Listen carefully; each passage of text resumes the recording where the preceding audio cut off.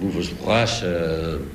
Na altura não deveria haver daquelas luvas finas que há hoje, mas havia aquelas de lavar a louça, portanto também não... Portanto, não sabemos isso. Em segundo lugar, também não sabemos exatamente como é que ele se deslocava. Ou seja, todos os sítios onde apareceram os corpos das vítimas, poderia estacionar viaturas quase em cima do local. Fernanda, casada com filhos, assassinada em Lisboa, janeiro de 1993. Com o segundo caso, a morte de mais uma prostituta entre Campos, a Polícia Judiciária começou a entender que estava a lidar com algo pouco habitual no nosso país. Um assassino em série.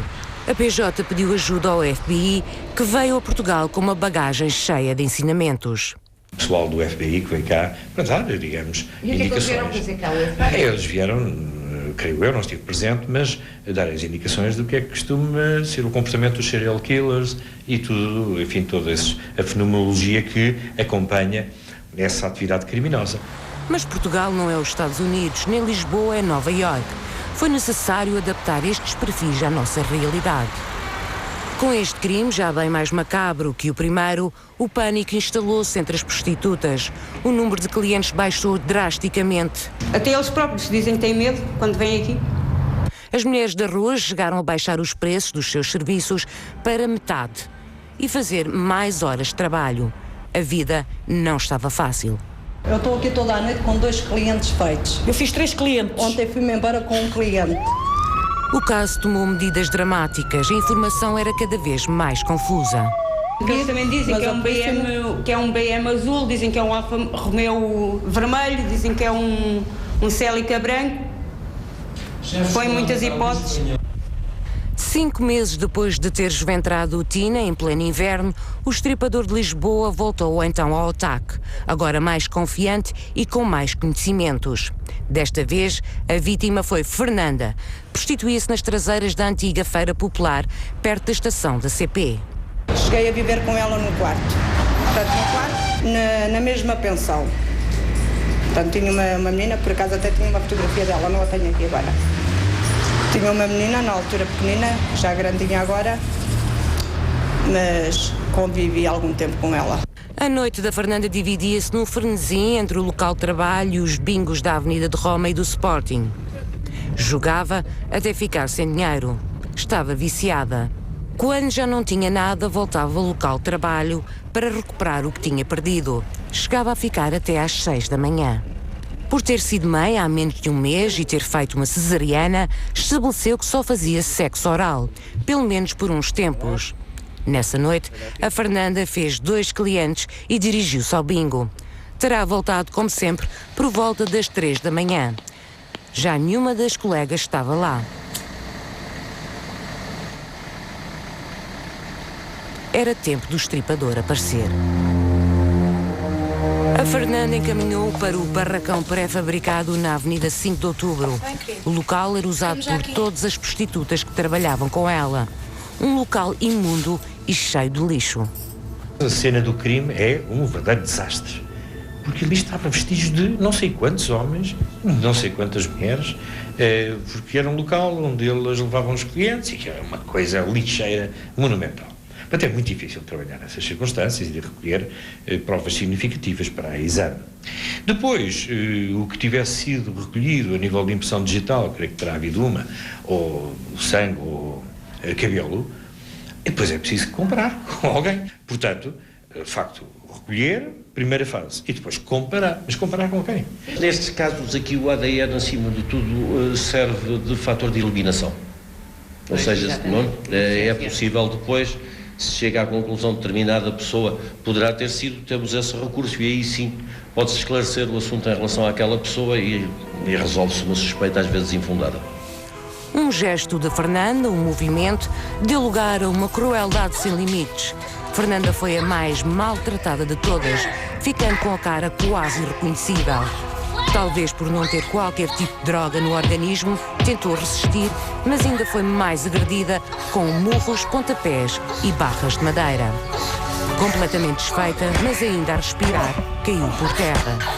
Segundo a médica legista, Fernanda apresentava várias feridas na cara e na cabeça.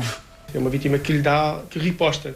Então, quando se apercebe que está numa situação de perigo, ela reage, ou pelo menos reage de forma defensiva. E ele, de facto, aqui dá-lhe muita pancada. Há aqui uma violência brutal sobre a vítima, uma violência tanta até conseguir prostrá-la no chão. Mais uma vez, o estripador não teve relações sexuais com a vítima. Limitou-se a puxar-lhe a camisola de lã para cima e a pegar, muito provavelmente, num gargalo de uma garrafa que levava com ele ou então encontrou no local. Assim, friamente, começou mais uma obra de puro sadismo.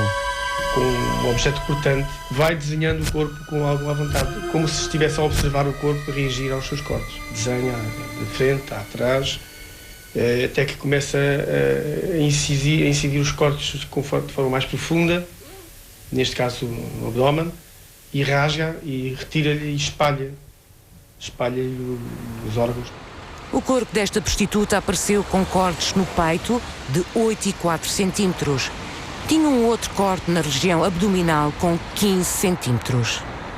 Desta vez, o homem tinha puxado cá para fora pulmões, vesícula, fígado, intestinos, cólon, estômago e coração. Macabramente, espalhou os órgãos pelo pré-fabricado. Consigo, levou pequenas porções de entranhas. Eu digo que sou um fanático, só mesmo, uma pessoa mesmo doida que poderia fazer uma coisa dessas. Não vejo outra pessoa normal fazer uma coisa dessas. Eventualmente ele teria alguns conhecimentos em algumas manobras, por exemplo, conseguir retirar as vísceras sem as rebentar, etc., que requeria algum conhecimento, mas que podia não ser exatamente médico, podia ser de outra valência que lidasse com este tipo de coisas. Isso sim, isso foi falado. Após este crime, este homem investigador Ferreira Leite, com ordens vindas de cima da PJ, formou um gabinete de crise. É que já não havia dúvidas, a polícia estava a lidar com o serial killer. O perfil tinha tanto de macabro como de demoníaco. Nós mantivemos a investigação criminal na Brigada, portanto na secção, aliás, e depois criámos grupos, não muito grandes, para dar resposta a situações, ou seja, que não fossem interferir no trabalho que as pessoas tinham que fazer, da recolha de prova, por assim dizer. Criámos também um esboço para lidar com a comunicação social, para as pessoas estarem descansadas. Também, a certa altura, pela questão, enfim, dos arremedos de perfil, se pôs a hipótese de ser alguém que tivesse talhante, por causa dos cortes, enfim. Também tentámos fazer um levantamento, que não é fácil. Não é fácil, o nosso país não é muito fértil em registros. E, portanto, criámos, a nível do trabalho, do perfil psicológico. Nada, simplesmente nada tinham sobre o estripador. Aparecia e desaparecia como se fosse um fantasma. O desenhador do laboratório, que fazia croquis das cenas do crime, teve uma participação, porque ele era um especialista de retratos robôs, ainda não havia, o computador era feito com, digamos, micas dos bigodes, dos cabelos, dos olhos, dos narizes. Ele tinha uma grande experiência, só que cada prostituta ou outra pessoa que indicava suspeito, era cada um. Houve, não faço ideia, dezenas de suspeitos e de retratos robôs que ele ia fazendo. Diziam que havia um retrato robô, mas a gente nunca chegou a ver. Nunca. E soubemos essa informação pelos jornais, não pela polícia. A PJ desdobrou-se de todas as maneiras possíveis para conseguir chegar ao homicida. A polícia aumentou em muito nas noites lisboetas. Maria João, 27 anos, solteira. Assassinada em Póvoa de Santo Adrião, abril de 1993. Apesar do esforço da PJ, o estripador de Lisboa voltou ao Póvoa de Santo Adrião. Desta vez, esperou apenas 2 meses. Parecia já não ter medo e a confiança terá atingido o topo de qualquer tabela.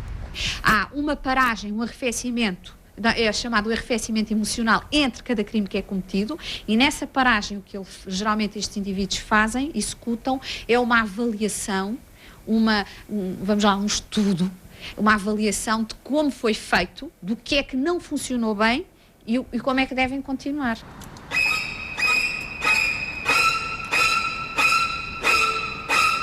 Observavas, estudava os locais, conhecia os rituais. Maria João